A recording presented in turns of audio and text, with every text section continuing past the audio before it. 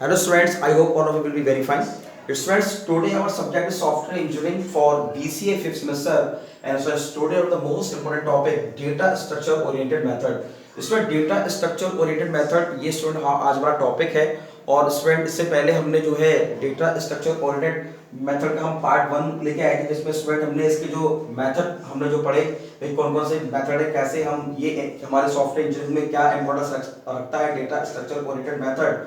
तो आज हम स्टूडेंट इसी टॉपिक का पार्ट 2 लेकर आपके लिए हम आए हैं। ओके स्टूडेंट, तो डेटा स्ट्रक्चर ओरिएंटेड जो मेथड है स्टूडेंट, ये हमने पढ़ा कि भाई हम जो है डेटा स्ट्रक्चर पे हम फोकस करते हैं rather than data flow. Data flow पे हम फोकस नहीं करते, डेटा स्ट्रक्चर पे हम फ्लो करते हैं। और इसमें स्टूडेंट जो है हमने जो हमारा डेटा स्ट्रक्चर ओरिएंटेड एनालिसिस के जो मेथड्स हैं, जो डेटा स्ट्रक्चर सिस्टम डेवलपमेंट था, जिसमें स्टूडेंट हम वार्नर और मेथड पढ़ा, कैनॉर पढ़ा, वार्नर डायग्राम्स पढ़े, जिसमें स्टूडेंट हमने फ्रंट सेक्शन है, एडिटोरियल सेक्शन है, और हमारा जो सेकंड सेक्शन है इसके बारे में हमने स्टूडेंट्स पढ़ा। तो स्टूडेंट्स इसके ही स्टूडेंट सीक्वेंस में हमारा जो अगला जो है वो है हमारा DSSD अप्रोच। तो स्टूडेंट इसमें जो है हम DSSD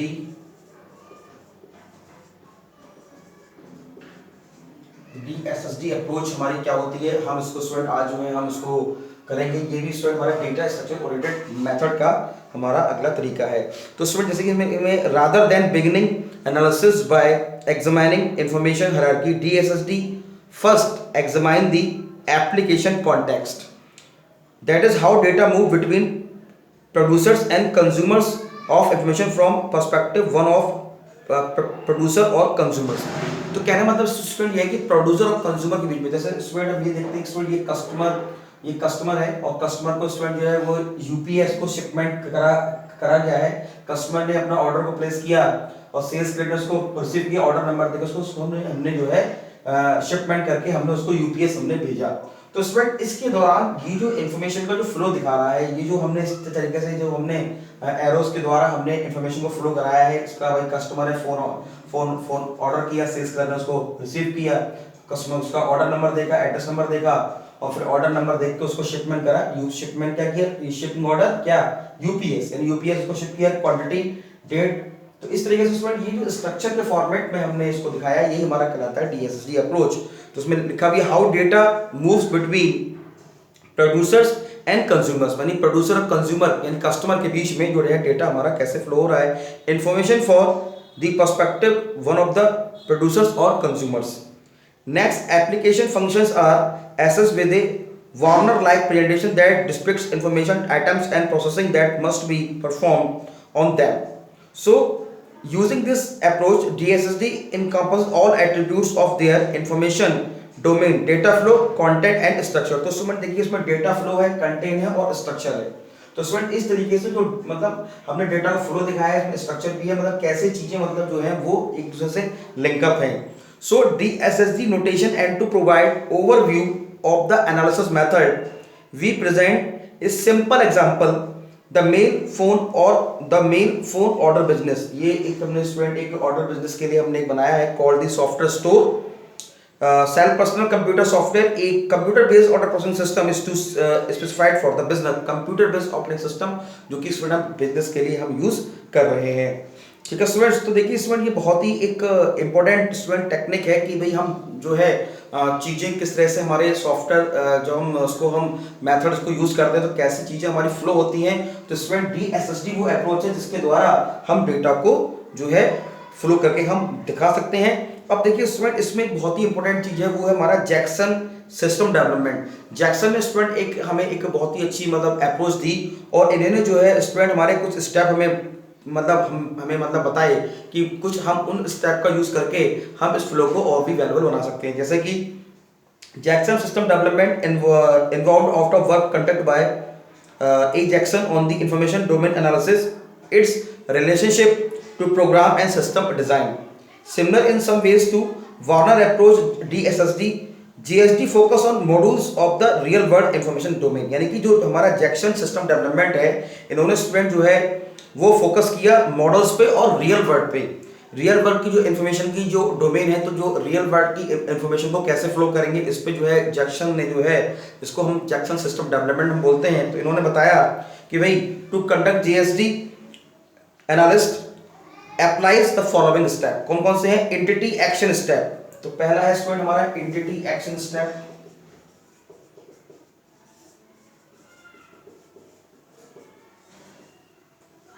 एंटिटी एक्शन स्टेप है स्टूडेंट्स हमारा। दूसरा है स्टूडेंट हमारा entity structure step, entity structure step.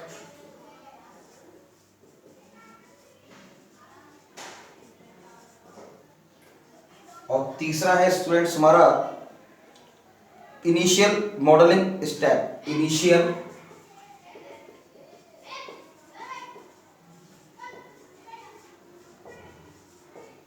और स्टूडेंट चौथा है हमारा function step, function step.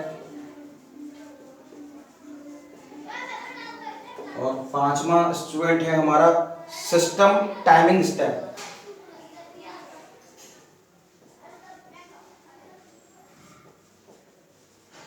System timing step. Option 6 one है हमारा इम्प्लीमेंटेशन स्टेप।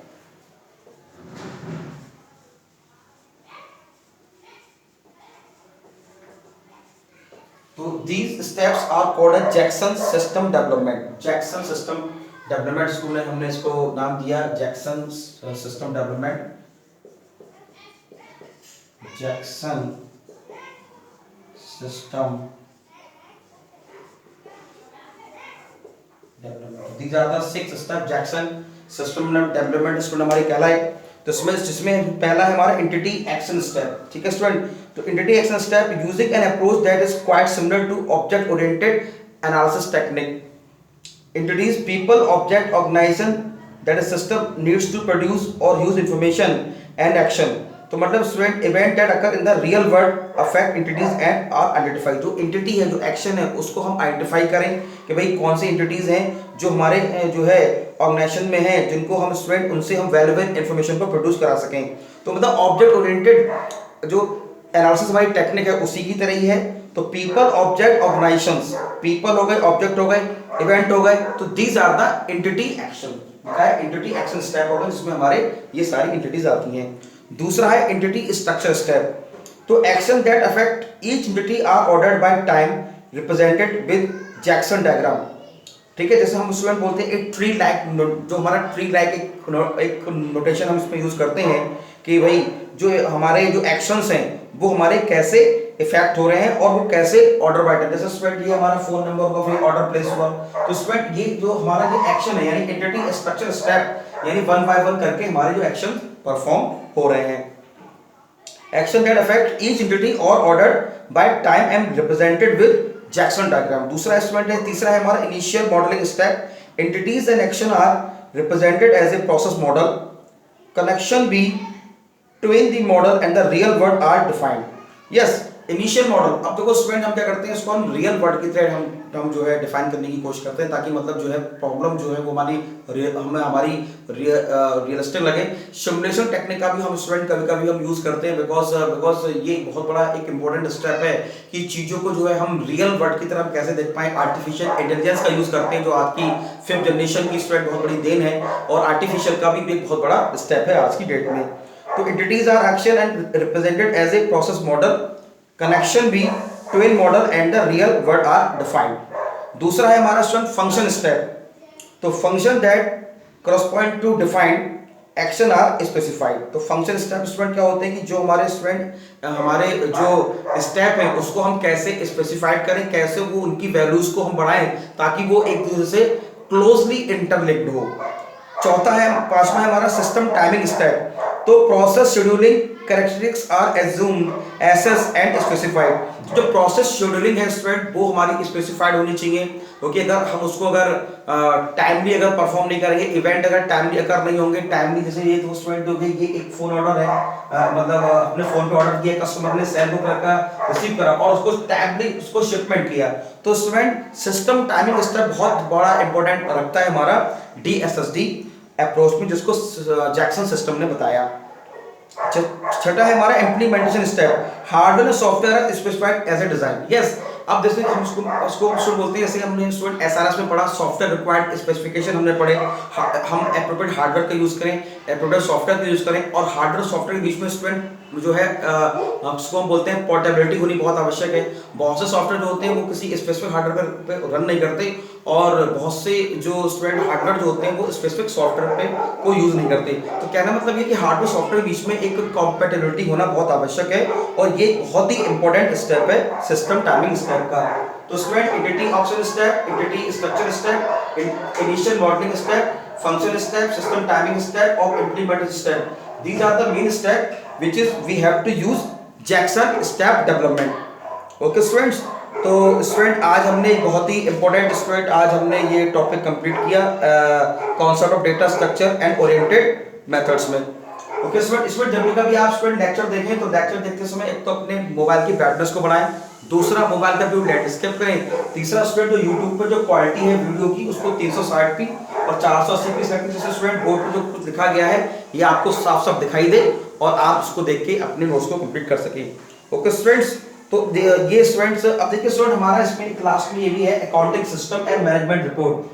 तो जाहिर सी बात है स्टूडेंट देखिए जब हम इस सेल को करेंगे तो भाई जो क्लर्क है वो क्या करे, क्लर्क और ऑर्डर नंबर ये सारे जो है अकाउंटिंग सिस्टम में और मैनेजमेंट रिपोर्ट में हमारे सबमिट होंगे कि भाई कितने का वो प्रोडक्ट है, कितना की उसकी कॉस्ट है, और उसकी हम रिपोर्ट भी हम बनाएंगे ताकि हम उसको हम अपने फ्यूचर में हम उसको बिल्स के रिपोर्ट में हम उसको रख सकें।